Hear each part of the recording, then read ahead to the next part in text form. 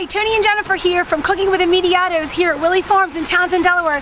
Come inside and see what we're cooking up today with all the fresh fruits and vegetables here. Follow us.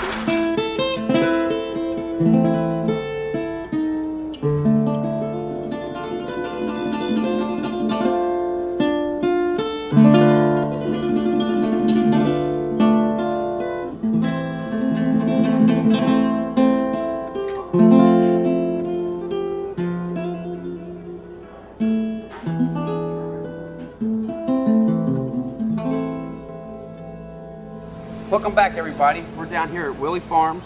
We just went through and we did a whole nice little grocery shopping to make a, what? We're going to do a white wine sangria with some fresh fruits from Willie's here. That's always my favorite place to get vegetables and fruits. She's here at least, what, 4 times a week? I'm probably here 6, so it's like a home away from home. After we make our sangria, we're going to actually make a basil pesto. We're going to incorporate as our sauce into our summer pasta. We're going to use an orchette pasta. We're going to have to cook our pasta and put that in before we get a lot of stuff going. So that today you're going to see go in first before we get to a bunch of other things. Because the dish that we make is going to cook really quick because there's a lot of fresh vegetables. But Jennifer's going to start by showing us how to make this sangria because an old Italian lady taught her and it is absolutely wonderful. She's not old. She'll get me in when she sees this. It's okay. She's older than me. Sweetheart, she's sweetheart. She's in the family, so it's okay. She calls me the little guy. So. Technically, most people know of sangria to be with red wine, but today we're going to do it with a white wine because some people don't like red wine. Makes it a little bit more summery too, because the white wines are a lot fruitier and all that good stuff. It's definitely sweeter, so you can incorporate more of the sweeter fruits like your grapes and your strawberries. And all the time, you're always going to use lime. So I know limes are kind of sour, but you have to use lime when you're making any sangria. So we're going to start with, we chose a Vermentino white wine from the Bistro, which is a fruity, it's a sweeter wine. We're going to start with some limes. We're going to cut some limes up. We're going to squeeze our limes. We're going to put them into this ice here. You just use any type of pitcher that you want to use. This is a nice clear one. We use the plastic one only because, you know, sometimes we get a little klutzy and sometimes it'll fall and break. And then you got to start all over and that doesn't make it any fun. You can use whatever. So basically what we're doing. use a bucket. What we're doing, we're using some lime. We also are going to use strawberries today, blueberries, and then we've got this really cool new stuff called Vita Coco. It is a coconut water with some fruit infused to it, and it's hard to find, and they do have it here at Willie's. You can use any type of juice. You can use orange juice, you can use pineapple juice, orange juice, whatever juice you want to do. That's kind of what the sangria is all about, the wine and the juice and the mixture of all the fruits together. It's a nice refreshing drink to have, whether you're out on a boat, on the beach, in the backyard, doing whatever in the summertime. I do have some fresh mint here too that we're going to use in the sangria as well. Now typically you would make the sangria and you would want to chill it for about 4 hours, but we didn't have that time today, so we're going to make it. It's still going to be good, but if you do get the chance to do it, you do want to chill it for 4 hours in the freezer. It marinates a lot better together. Freezer, fridge, you know. You're getting me nervous. Okay, so basically he's putting some grapes in there, and you can also take grapes and freeze them in the summertime, and they'll almost be like ice cubes. Cool. You do that so then you don't have to use ice, because when you use the ice will actually water it down, and we all know nobody likes a watered down drink. Exactly. And then you can eat them too as you're drinking your drink. So he's going to go and put the strawberries in there. Jennifer uses a fork, not a straw. Sometimes a spoon. For what? To drink. Because you're more worried about the fruit than you are the juice. I know. I love fresh mint. So your mint, I'm just going to take and I'm just going to break right off the bunch. Okay. I'm going to go ahead and pour some of this juice in there. The mintier you want it, add as much as you want. I mean, the mint is very strong. It makes it really, really good. I chose one with pineapple in it, and this one has a peach and mango. You can also use fresh peaches, mango. They have a wide variety of fruits that you can get here at Willie's. You can just go crazy. You can make a different sangria for every day of the week. Now that's what I'm talking about. Dropped my lid. I'm a klutz in case you didn't know that. Well, while she's klutzing around and adding that, I'm going to actually add our pasta. So we got about 15 minutes to let that cook while we finish up making everything else. Today I chose an orchetta pasta, which is actually a flat pasta. A lot of people call them elephant ears because once they cook up, they're like big old floppy ears.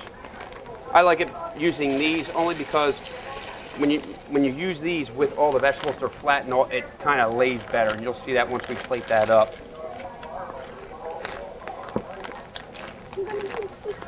How's that coming? It's good. You're just gonna take your berries, and look how pretty that is. Isn't that pretty to have at a table when you have people over? You'll be like, wow, what is that? You just gotta keep the kids away from it. It's got liquor in it. This is definitely not a kid drink, but you can make them their own. You could just do juice and fruit and have a kid sangria, just no wine in it. So. Or just use some sparkling water.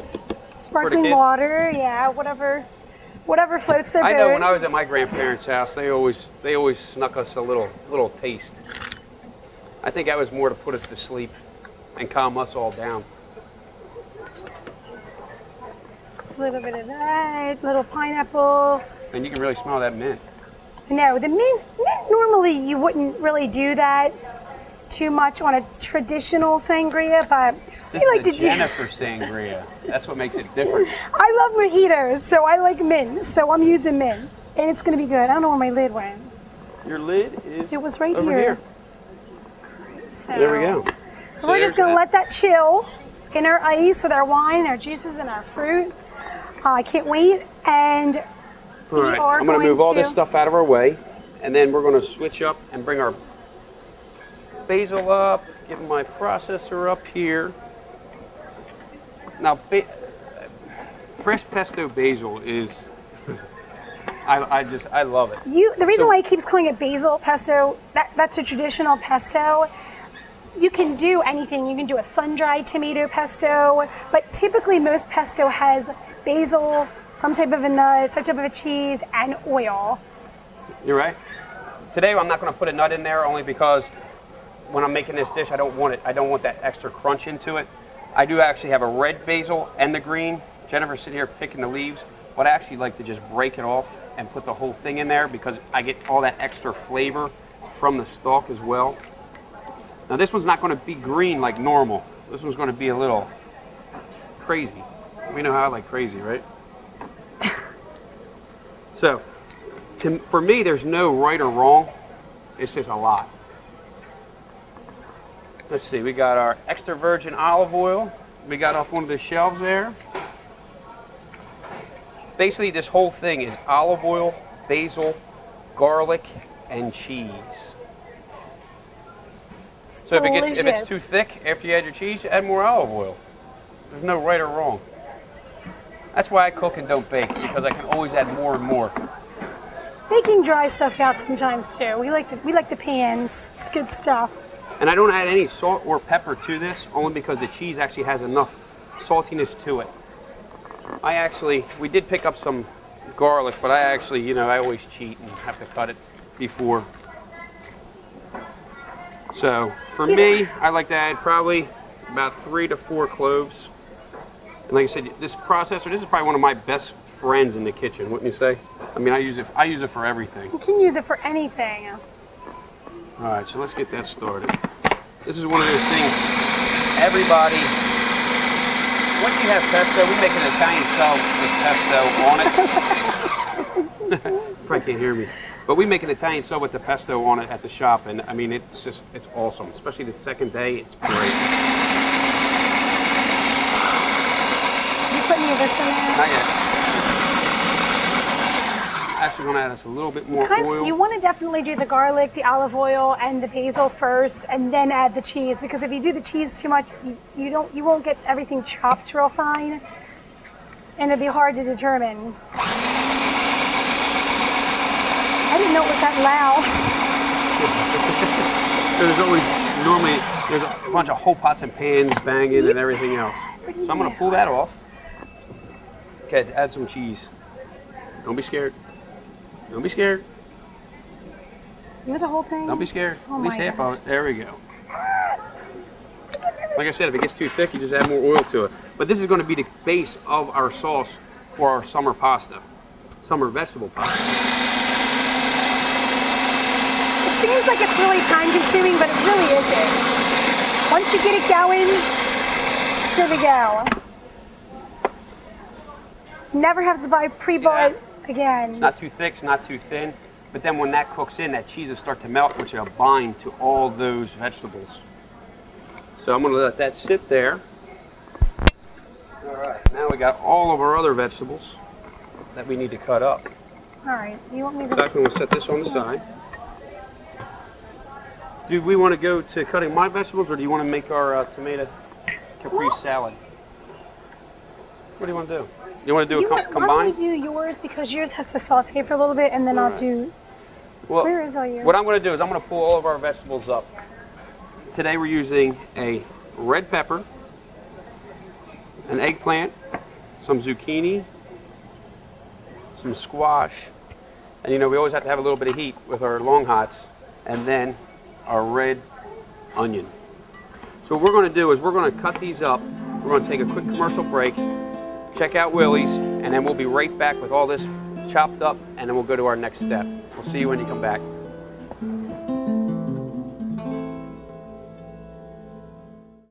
Hi, and welcome to Willey Farms. I love coming into this area here, and I want to stop in this area. I got Eileen here. Hi, Eileen. Hi, how are you? You guys are everywhere in the store, so everybody's got a kind of department. Yours is produce, correct? Correct. I run the retail produce manager, and deli manager. Yeah, and this is my favorite part, because what you guys do in produce, I don't see anybody else doing it. You guys say ours is better than anybody else. Taste it. It is. Yeah. It's right there. Yeah. You got it. So this is pretty much on a regular basis for people to come in, just every day.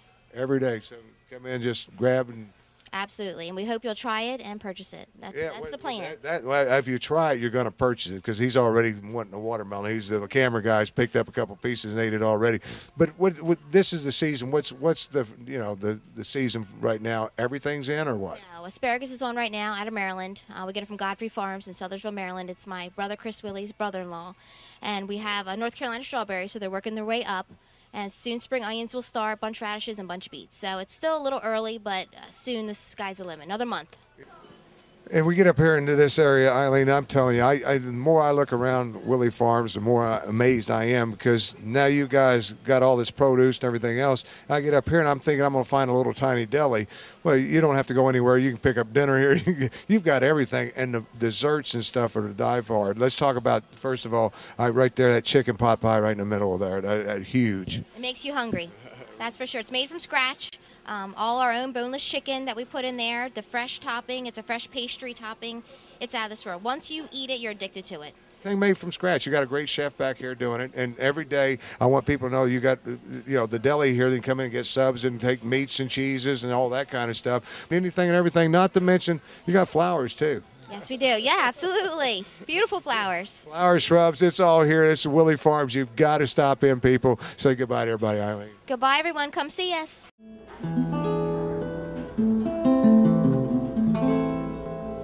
Welcome back.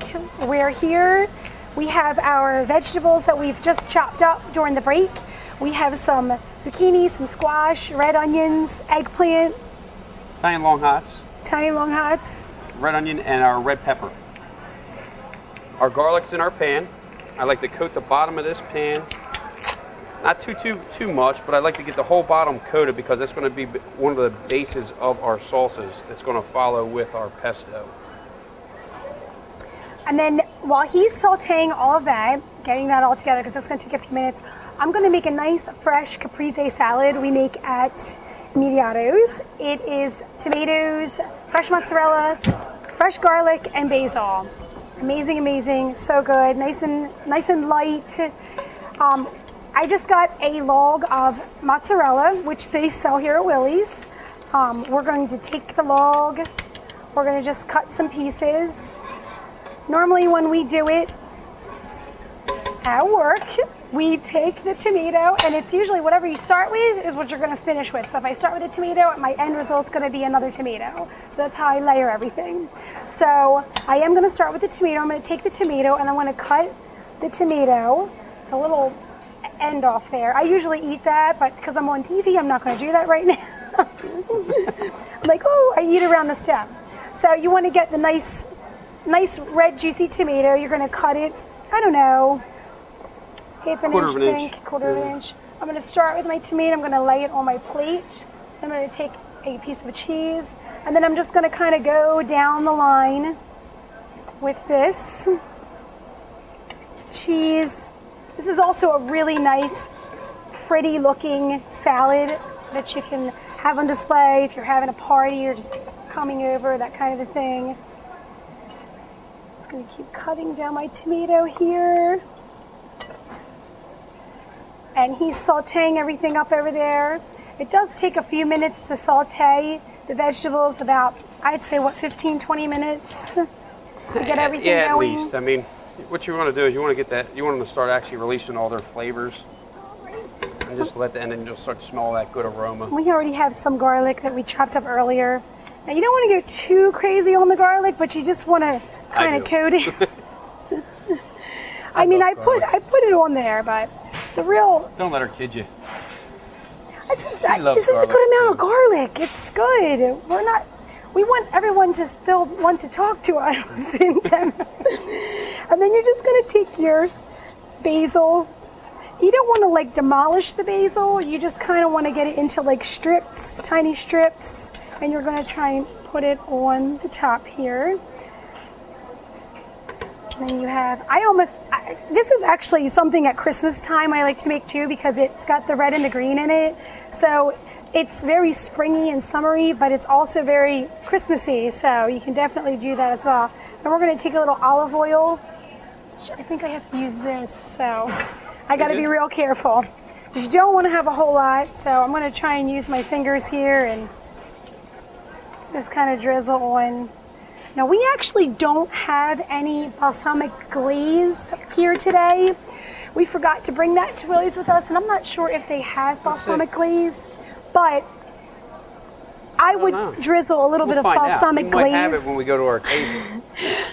I usually put a little bit of a balsamic glaze, which is kind of, it's a reduction of balsamic vinegar, so it's a lot sweeter. So it really goes nice with the tomatoes, and it's not like not like a vinaigrette to where it's going to be real runny. It's actually thick and it kind of coats all over. So I have one. So it gives it a little sweetness and not that real bitterness like a true balsamic would give.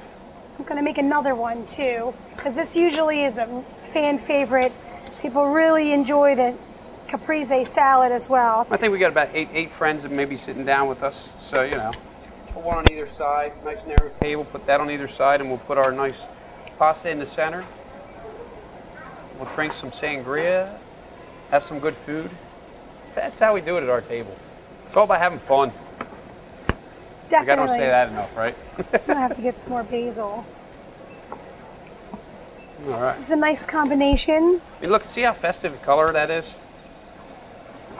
That's why I call it a summer pasta, just because you got every festive summer color in there. You got the sun, the moon, and I mean, the grass. You have so many vegetables that are in season right now that you could just do whatever vegetables you want to do. Balsamic vinaigrette. Okay, there we sounds go. Good. We got it all. That was, we walked by it. So thank God for Eileen, while we're sauteing the this, savior. While we're sauteing this, do we want to go to a commercial? No, I mean, we'll go ahead and finish up that. Okay. I'm gonna keep doing this, and then what we'll do is we'll go to our commercial. We'll plate this up, and then we'll be good. Just watch your fingers. Yeah, I'm not real good at opening these things. We're gonna actually cook this down about 3/4, and then we'll add our pesto, because we do have our cheese in there, and we don't want to put that in too soon, because if you do, then it's just going to bunch all up, and it's not going to give that same great flavor. It's not going to finish. You got the easy job. I have to open this up with the plastic. Oh, Crazy. come on now. Once again, too, the There's vinegar. a lot of cheese there. You go to that wine. Actually, you've got your wine in there, right? Now you can add a little bit of sea salt to that, a little bit of black pepper if you'd like. It's fine if you don't. So, you know, me and my salt, I gotta have my salt. And I didn't bring that on purpose. All right, so we have that sauteing. What I do, because that oil and you got all those other vegetables, I actually like to use a little bit of wine. This was actually a Pinot Grigio that I had left that we didn't finish. So I never throw it out because you can always use it for cooking because it doesn't ever go bad. Well, it goes good to cooking. drink. I mean, to taste it may not taste as good, but when you're cooking, you're not going to get that flavor out of it. So it's just going to give a nice aromatic flavor and actually bring out a lot of the flavors of those vegetables. Look at that, and I did both of these, and I still have half a thing of fresh mozzarella, so I can make some more later. There you go. So we're going to let that reduce down. She's going to finish that. And I guess we'll take another commercial break, and then we'll be good to go. And we'll plate all this up, and then we'll go to our table. We'll see when we get back.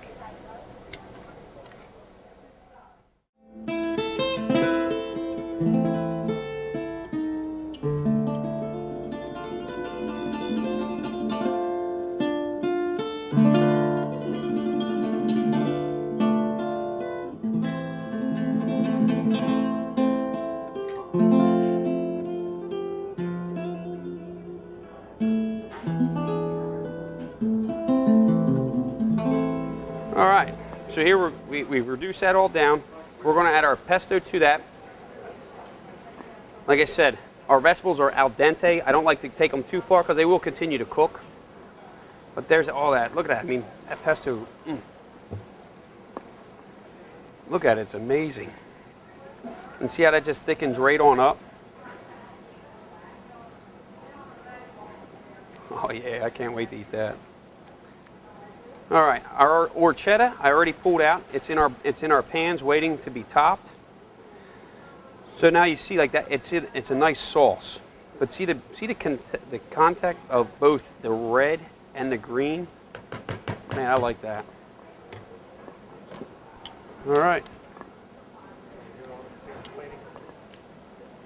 All right, we're going to plate this up, and as soon as I'm done, we're going to sit down and we're going to eat.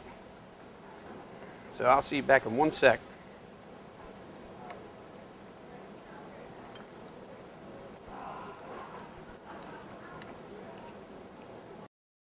Well, here we are at our table. I'm actually not going to sit. I'm actually going to stand and walk around with our platter. As you see, that platter is very big. So this one's a little big family style platter. I'll tell you what, the sangria, I have to say, thank you everybody for coming. This is another great turnout. I mean, look, we got our table at Willey Farms today. And look at this table. Eileen did one hell of a job, didn't she? My goodness. Beautiful. Look at this flower. I mean, not even the flowers, but look at the candle. The candle, the limo guy is going to have a challenge to blow that out before the end of our dinner. So, as we have our friends here, our friend Pauline, Hayden, Nicola, JoJo, our famous limo guy, Mom Willie, and Linda.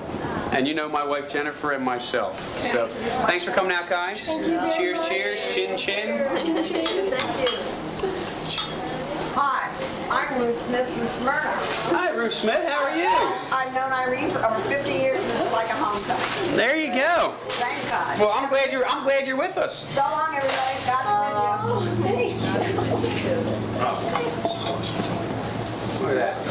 Can you smell it? I mean, that's super fresh. You can't get no fresher.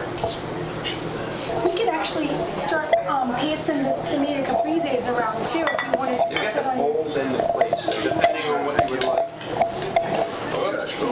Watch the tongs. You can smell Scott drives the limo. Drive a limo. Thank God. All right, I'm coming over top of you guys. Nicole, I think you know how you're doing. Or how to do this. There you go. Okay. And Hayden, I'm going to just stay right here, then you can kind of dish your own out right there, so then we don't have to. Put a slider, and then if you don't want to use push your bowl over next to it, you can. Okay. Whatever works. All right. Good? Thank you. It's really good. It really is good. There's a funny man over there. Look at that funny man. Good haircut. It's good. Oh, missed a little bit. I'm just going to shape it up tonight. All right, here we are with some good pasta. Goodness, I know. So what I'll do is I'll serve you, Mom. Get these vegetables. Your vegetables. So this is vegetarian. It is, truly. I mean, we didn't use any chicken stock or anything. It was all olive oil. That's enough. Thank you very much. All our olive oil and wine. And then all the pesto. Jennifer, I'm going to reach right over your shoulder here. All right. That's wonderful. You want me to put it right on your plate for you, dear? Yeah, don't worry, I make a mess too, so. I actually have more grated farm cheese too, if anybody would like any. It smells wonderful.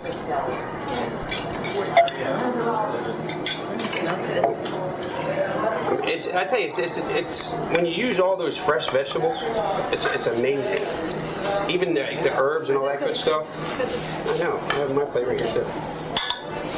It brings out all the natural flavors. I don't serve you enough. You don't. You never cook for me. Yeah. I cook for you all the time. As my buddy Joey would say, yeah. All right. First. Did anybody? Okay, the cheese is being passed. Yeah. Good. So good. The flavors are good, right? It's great because summertime, I mean, you can use all the fruits and vegetables. What's nice is, like, I'm not even a fan of zucchini, but it's just like, with the pesto on it. It dials everything together. It does. I mean, the pasta's al dente, the vegetables are al dente, and you notice I didn't use no salt or pepper, but that Italian long hots that we cut up, it has that little zing to it, but not too much of an overpowering zing. It's really good.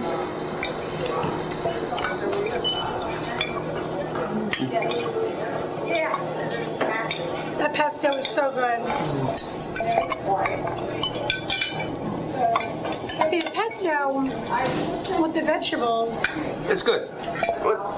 Even Just like Mom Willie said, this is a vegetarian dish. I mean, you come into here, there's so many vegetables to choose from, you almost get lost and you don't know what to pick. Then it's like, okay, how can you get creative? You know, look at that platter we just made. I mean, everything that was there, we got here. So, I mean, you can do it. Look, we just did a dinner party for how many people just now?